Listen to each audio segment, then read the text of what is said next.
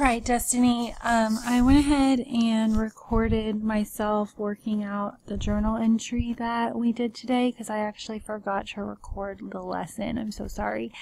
So go ahead and pause the video right now and write the function down that is viewed here on the screen, and then I'm going to walk you through some of these questions, okay?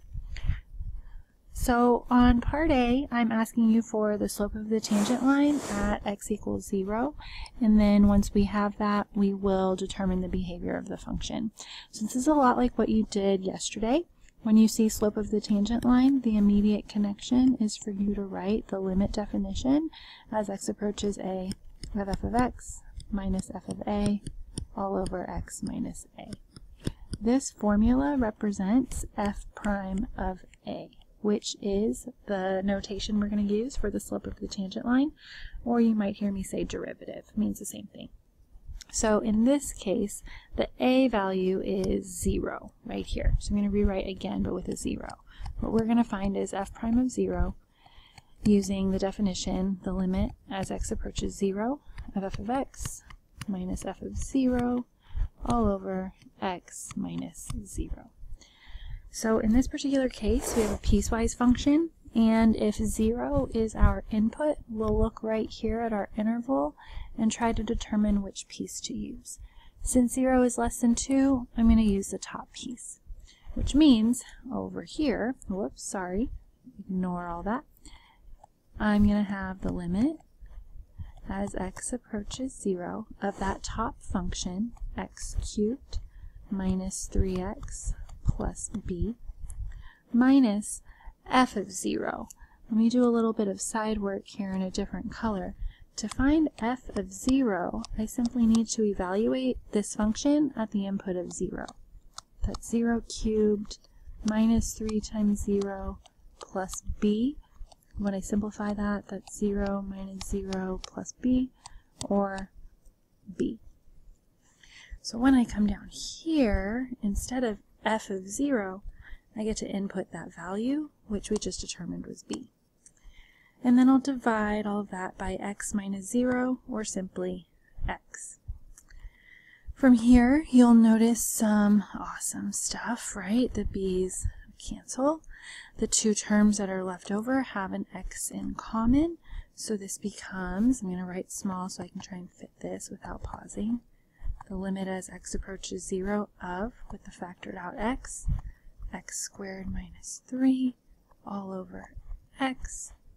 I get excited again because these x's cancel, and when I do direct sub,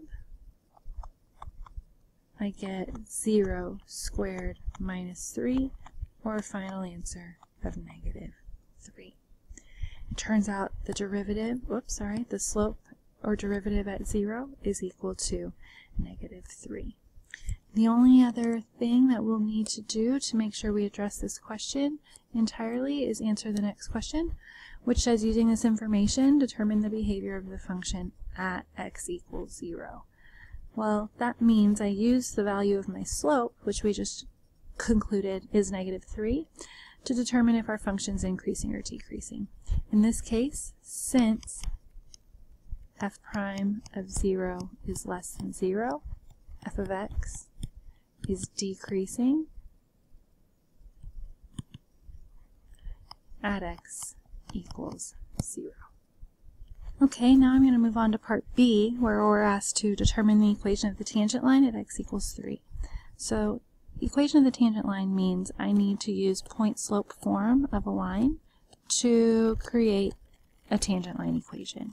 Since I'm told that the x value is 3, I get to drop a 3 in right here where the x1 value goes. And from here, if I'm interested in populating the rest of this equation, what I need right here is a slope. And what I need over here is a y1. The y1 should be easy because I've got the x, so all I'm asking myself is what is y when x is 3, which is another way of saying let's find f of 3. When I look at my piecewise, 3 actually applies to the second piece, which means I'm looking at evaluating 1 over 3 squared, or getting an answer of 1/9. And the only thing left for me then is to find this slope. And remember, slope is a fancy word for derivative, and we have a formula for that. So the question here then is not f prime of 0 like in part A, but f prime of 3. I'll set up my limit definition again. I'm going to use a 3 here, so that'll be f of x minus f of 3 over x minus 3. Since I know some of this information, I'll go ahead and replace the f of x with the function that exists when x is 3, which we determined was the second one. F of 3, which we did way over here and computed as the value 1/9, and then I'll keep my denominator the same. So this might be what you were texting me about the other day. When I get to a place like this, first of all, I know that if I plugged in a 3, I'd just get 0 over 0. So I'm interested in fixing this. I need to multiply this first fraction by a fancy one of 9 over 9, and the second fraction by a fancy one of x squared over x squared to get a common denominator. If I can do that, then I've got this limit as x approaches 3 of 9 minus x squared all over the common denominator of 9x squared. And then I'll divide by that same denominator of x minus 3. This works out great because if I look up top, I see that perfect difference of squares that we've talked about so much. That becomes 3 minus x times 3 plus x over 9x squared. And then I'll keep it, change it, flip it down here with this denominator. And I end up with a multiplication then of 1 over x minus 3. That works just wonderfully because the 3 minus x, and the x minus 3 cancel. Since the order is reversed, I have to make sure I drop in a negative when I finish that canceling. And then I will direct sub, and I'm going to get my negative sign, 3 plus 3, over 9 times 3 squared, which is negative 6 over 9 times 9, 81.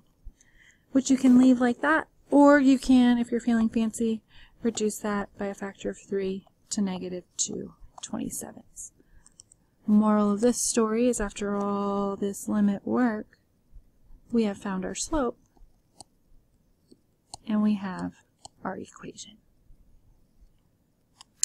So now I'm at a place where I can answer part C, where it asks us to use our equation from part B to estimate the value of f of 3.3. So this is really nice. If you have your equation of the tangent line established, we just have to replace the y with f of 3.3, whatever I'm asking you to approximate, remove the equal sign, put in our approximation symbol, and then simply rewrite your equation. Don't touch anything here, but where there was an x, we're going to substitute in the value we're trying to approximate, which in this case is 3.3.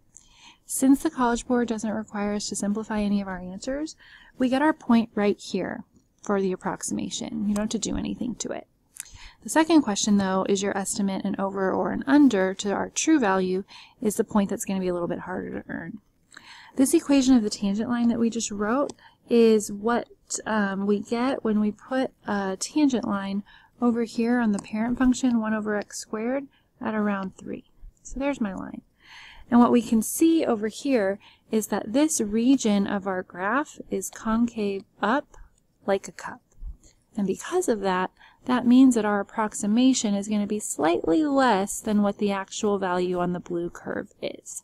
So I get to write my justification over here as, since f of x is concave up on the interval in question, which is 3 to 3.3, I'll always look right here to find that interval and flip-flop those numbers. The tangent lines lie below the curve,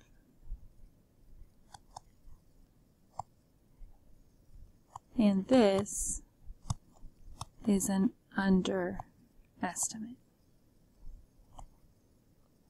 And that's going to get us full credit for that next question. Okay, so the last few parts of this question then ask us to kind of switch gears a little bit And this first question, part D, tells us that for x is less than 2, we need to determine an equation for the derivative, f prime of x.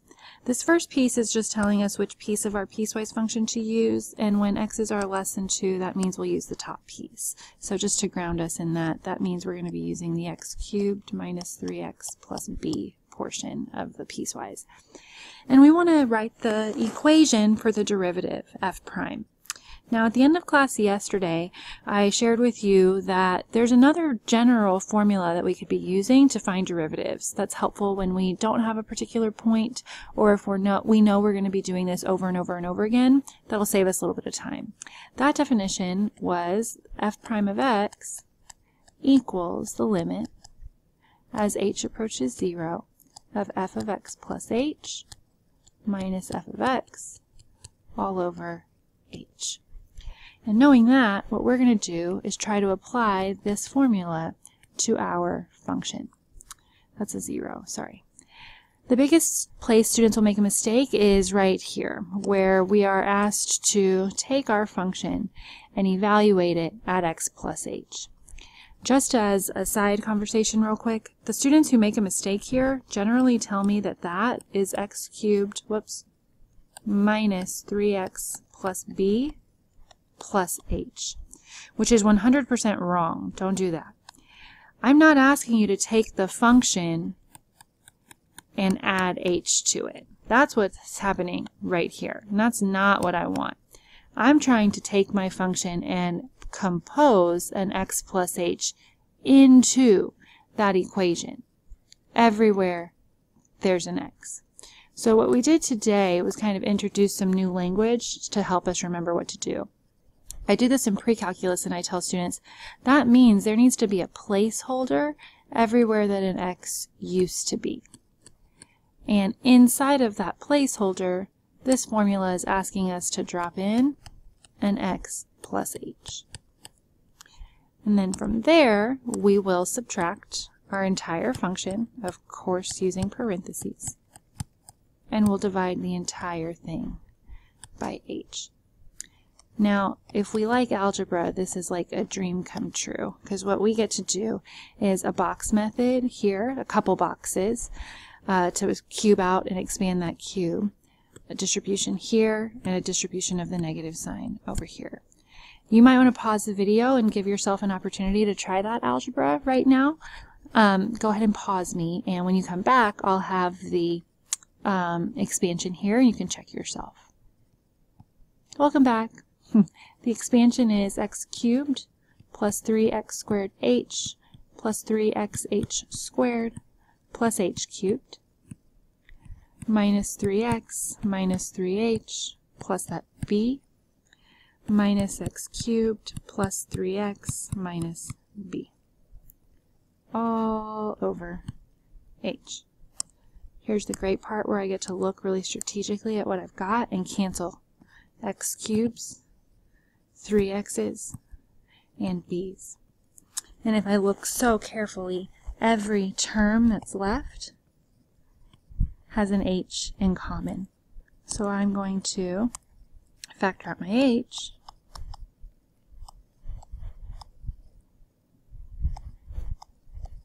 and be left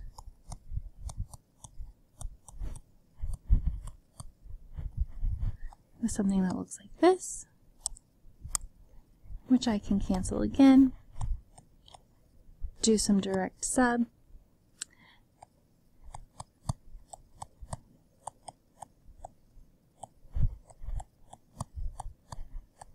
and arrive at my answer of 3x squared minus 3.